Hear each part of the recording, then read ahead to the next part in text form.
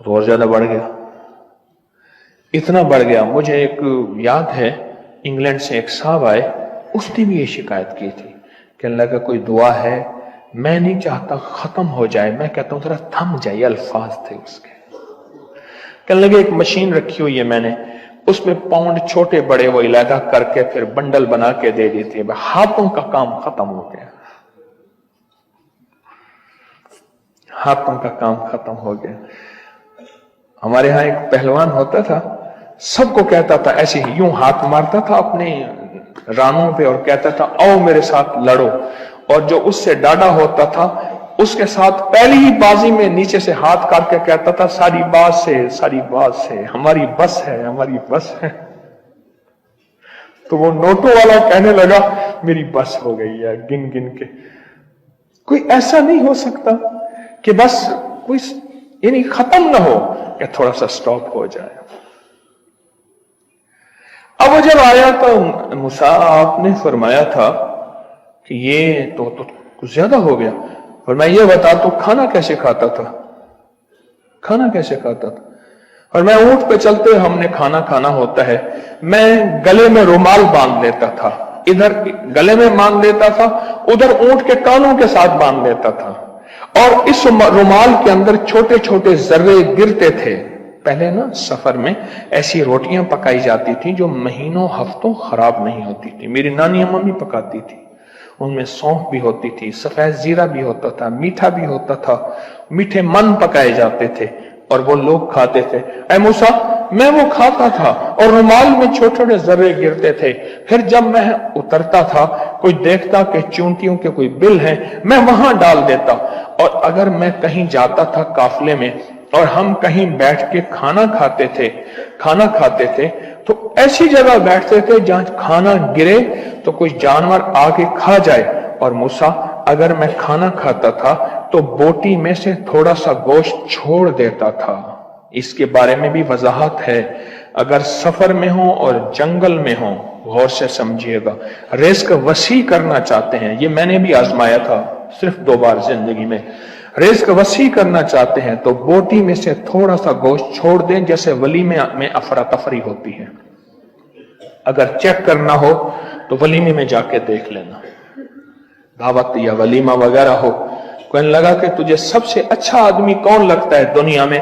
کہنے لگا جو ولیمے میں کہتا ہے کھانا کھول دو، سب سے بڑا اچھا بندہ مجھے وہی لگتا ہے.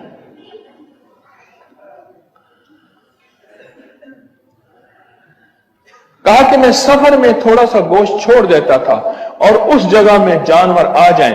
موسیٰ نے فرمایا کہ تیرا رزق کبھی کم نہیں ہو سکتا، جا تیرا رزق کبھی کم نہیں ہو سکتا. دولت، وسعت، برکت ہمیشہ تیرا پیچھا کرے گی، ہمیشہ تیرا پیچھا کرے گی. ایک اللہ والے گئے ایک باغ میں، اناروں کا باغ تھا، اور اس کے ہر انار میں اتنے انار نکلتے تھے، اتنے دانے نکلتے تھے کہ ٹوکری بھر جاتی تھی. انار والے نے کہا، باغ والے نے کہا کہ آپ کوئی ایسی دعا نہیں کرتے کہ میرے باغ میں کچھ تھوڑے سا ثمر کم ہو جائے؟ میں چنتے چنتے ٹوکرے بھرتے بھرتے تھک جاتا ہوں. فرمایا تو اللہ کی نعمتوں کو ضائع کیا کر. انار کھا رہا تھا، اللہ کی نعمتوں کو ضائع کروں، اور انار نیچے گرا اور ہر دانہ لال اور جواہر بن گیا. ہم کہاں غریب ہیں؟ ہم کہاں غریب ہیں؟ صحابہ اہل بیت سے زیادہ غریب ہیں، اولیاء صلح سے زیادہ غریب ہیں. کیا آج تک ہمارے پیٹ پہ پتھر ہیں؟ کیا ابو ہریرہ رضی اللہ تعالی عنہ کو بھوک اور فقر کی وجہ سے دورے پڑتے تھے؟ کبھی آج تک دورہ پڑا ہے؟ ہماری گلیاں بازاریں بن گئیں، میری آنکھوں کے سامنے گلیاں ہوتی تھیں، وہ گلیاں مارکیٹیں بن گئیں، گھر بازاریں اور مارکیٹیں بن گئیں. میں کوڑے کے ڈھیروں میں سے دیکھتا ہوں نئے لاجواب جوڑے جوتیوں کے، سوٹ اور اعلیٰ قسم کی چیزیں اٹھا کے پھینکی جاتی ہیں. ہم کس نے کہا ہم غریب ہیں؟ نعمتوں کی بے قدری نے ہم سے برکت چھین لی ہے، ہم سے راحت چھین لی ہے اور ہم سے سکون چھین لی ہے.